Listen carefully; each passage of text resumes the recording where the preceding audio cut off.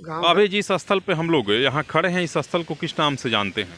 हम लोग निछपरी भवानीपुर के नाम से जानते हैं और यह भी जानते हैं कि यहाँ रहसु बाबा का जन्मस्थली रहा है और कर्म भूमि भी रहा है। जी जी, यहीं उनकी जन्मभूमि हुई थी और यहीं वे तपस्या भी करते थे। बाघ के सहारे जो नौकरी करते थे, यही करते थे। यही करते थे। नमस्कार।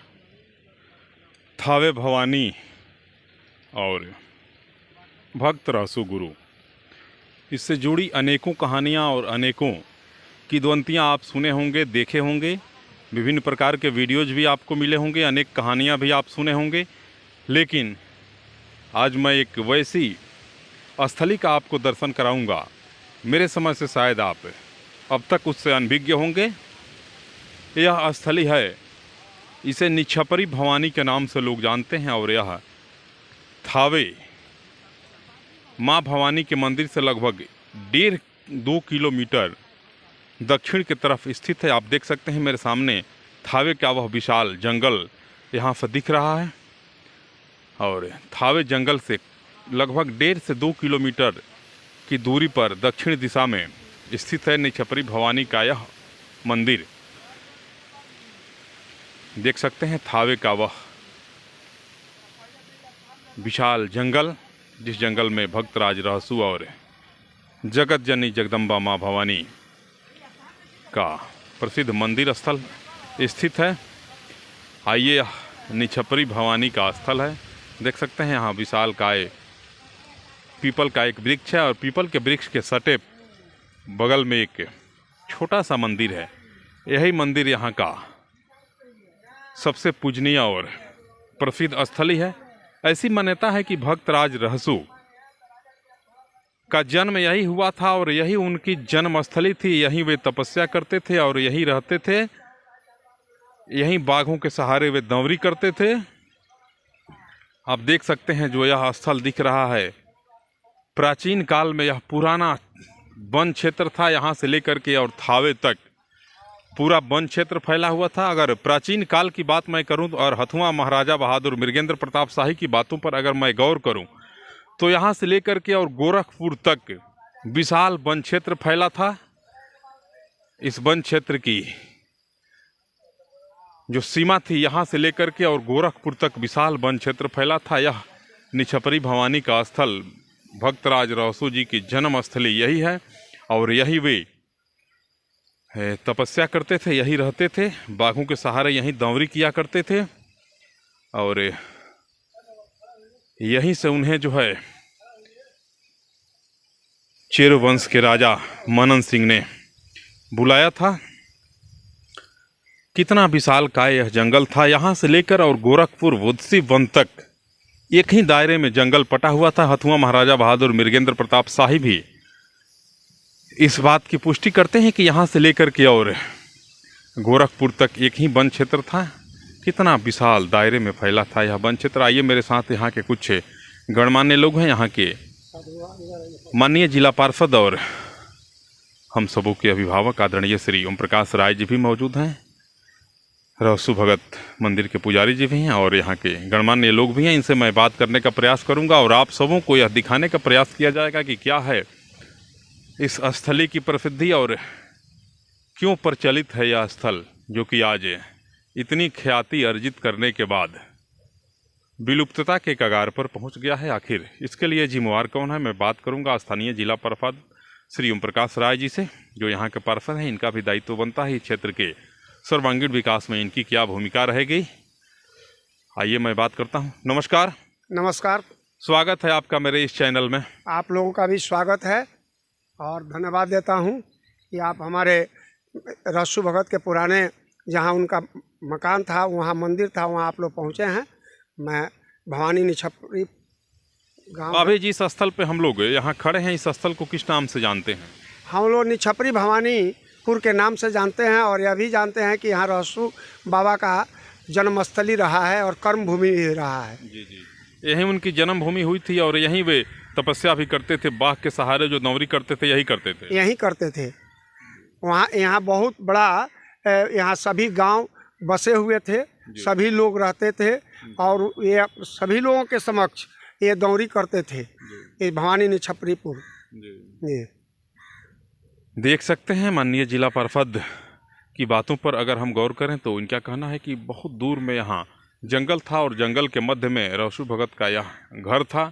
उनके घर के आसपास भी कुछ लोगों की घर थी, बस्तियाँ थी, और रहसू भगत के साथ वे लोग भी रहते थे। जंगल से घास काट के लाते थे, बाघों के सहारे दौरी करते थे, रस्सी के रूप में सर्प का प्रयोग करते थे। सारा कुछ कौतूहल था उनका और यही उनका कर्म भूमि है। आइए एक बार यहाँ छोटा सा मंदिर है, मैं इस मंदिर में चलता हूँ और आप तमाम लोगों को इस अद्भुत स्थली का दर्शन कराता हूँ। यही है वह भक्तराज संत शिरोमणि रहसू जी महाराज की कर्म भूमि।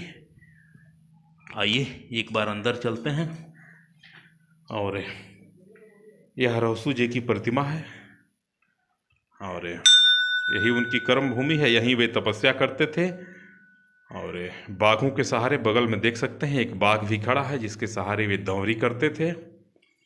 यह स्थल आज विकास से कोसों दूर है। रहसू भगत का यह कर्म भूमि और जन्म भूमि भी है।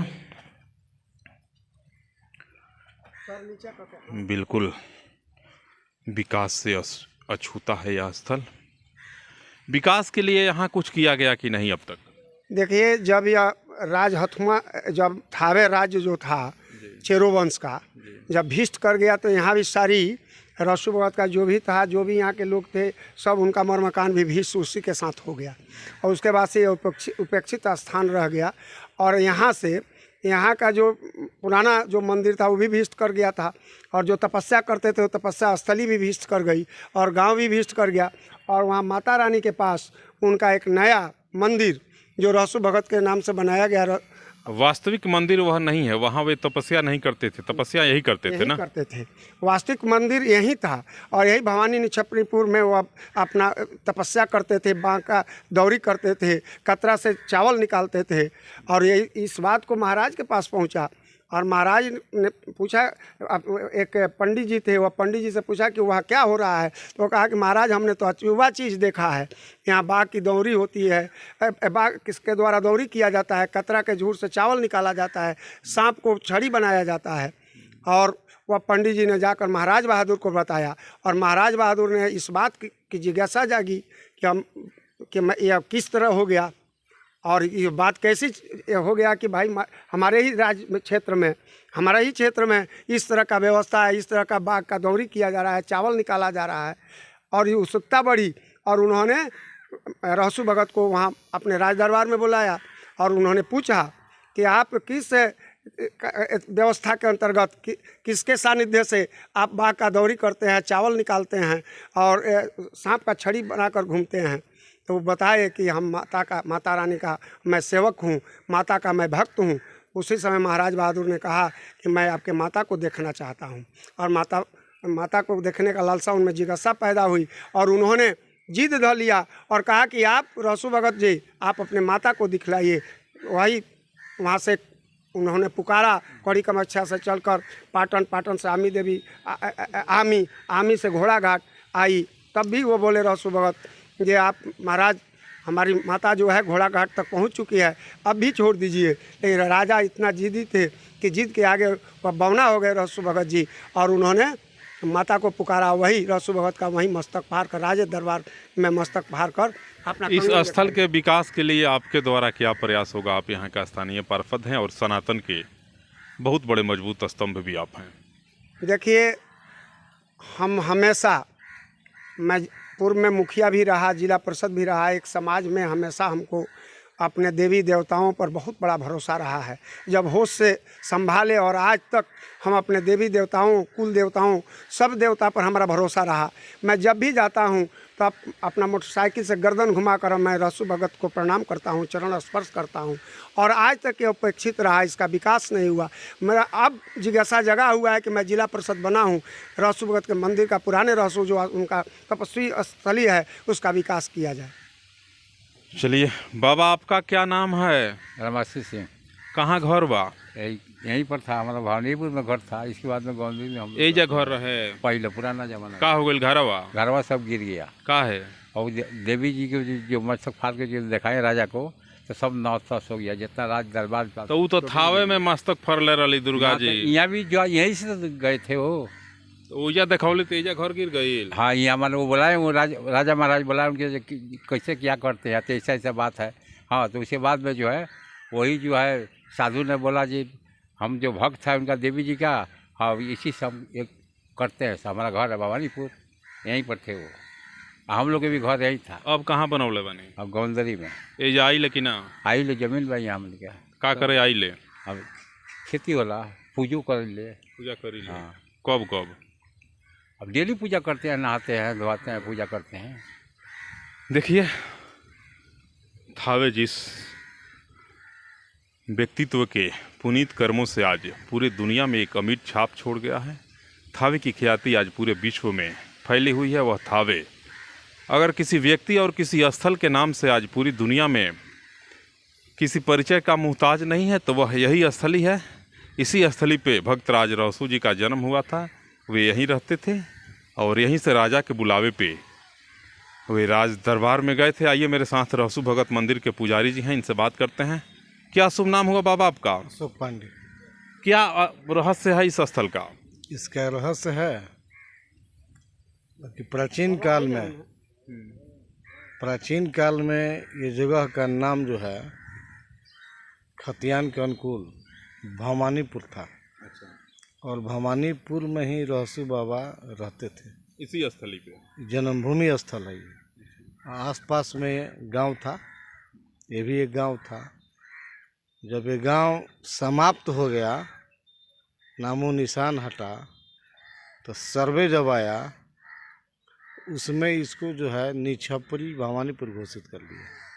आज के भी तारीख में यहाँ के लोग ज़मीन का खरीद बेच करते हैं तो सर्वे के अनुकूल जो खतियान में दर्ज है निछपरी भवानीपुर के ही नाम से मौजा निछपरी भवानीपुर दर्ज करके ही ज़मीन खरीद बेच होता है। यह स्थान जो है आज पूर्ण रूप से विलुप्त पड़ा है। इसको कोई जानता नहीं है। वो तो यहाँ के जिला पार्षद जी जो हैं इनके बताने पर हम लोग यहाँ तक आए। यहाँ के स्थानीय लोग जो है इस क्षेत्र के बड़े बुजुर्ग लोग जानते हैं इस कहानी को, इस बात को। ऐसा बात नहीं है कि छुपा हुआ है। हाँ, अपेक्षित है, यहाँ किसी का ध्यान नहीं गया, इसलिए जो है इस तरह है। क्या शुभ नाम है आपका? अमित कुमार सिंह। यहाँ के पेक्ष अध्यक्ष हैं जी। क्या रहस्य है इस मंदिर का? ये रहसू जी का यहाँ स्थान है। यहीं पे रहसू जी रहते थे और बाघ से दौरी करते थे और बाकी सब ये बताए ही आपको। और ये स्थान अभी बहुत उपेक्षित है, यहाँ कोई विकास दिख नहीं रहा है और हम लोग चाहते हैं इसका विकास हो। आपन का नाम बा? रंजीत सिंह। कहाँ घर बा? गोंदरी। एजा कहाँ आगल बने? निछत्री भवानीपुर। का करे आइल बने? घूमे आइल बनी सन। गोड़ लागे। ऊ है माने एजा का रहे? एजा पहले से मंदिर हमनी के देखता नहीं सन। केकर मंदिर? पीपर के पेड़ रहे रहसू भगत के। अच्छा। और थावे इन प्रसिद्ध नहीं रहे तब बाबा लो एजा आई लो हमनी के छोट छोट रहनी सन तब प्रसादी और शादी बनाई लो तो एजा हमनी के माने बचपने से जानता नहीं सन। आइए आपन का नाम बा? उपेंद्र शाह। उपेंद्र शाह जी मिले हैं। क्या है इस मंदिर की कहानी? कहानी सही है, जो है सही कहानी सही है, पुरानी कहानी है। क्या हुआ? विकास होना चाहिए। विकास यहाँ रहसू भगत का जन्म हुआ था। हाँ, जन्म हुआ था, स्थान पहले से है। हाँ, बाद में नहीं हुआ है, पहले से है। विकास हुआ, विकास कीजिए, सही रहेगा। बाबा एक बारे में कुछ बताए। ये केकर मंदिर है? रहसू भगत का मंदिर है।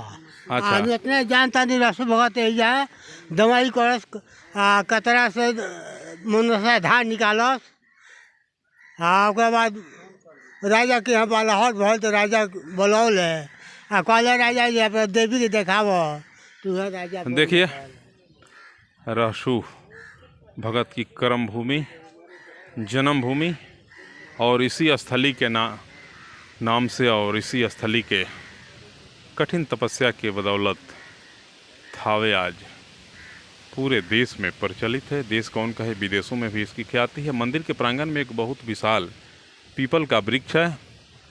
वृक्ष की लताएं और पताएं हवा के झोंकों के साथ आपस में टकरा रही हैं। बड़ा मधुर मधुर आवाज़ आ रहा है।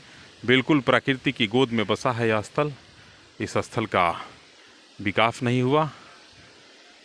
आज भी लोग अपने आप को ठगा सा महसूस कर रहे हैं। यहाँ जितने लोगों से हमने बात किया, तमाम लोगों का यही कहना था कि इस स्थल का अब तक विकास नहीं हो सका। इस संदर्भ में मैं स्थानीय जिला प्रपात श्री ओम प्रकाश राय जी से भी बात किया। उनका भी कहना था कि इस स्थल के विकास के लिए मैं लगातार प्रयास कर रहा हूं और आने वाले समय में यहाँ विकास के कार्य अवश्य किए जाएंगे। रहसु भगत की जन्मभूमि और कर्मभूमि निछपरी भवानीपुर से सहयोगी अमित कुमार सिंह के साथ मैं शंभू प्रसाद अभय, नमस्कार।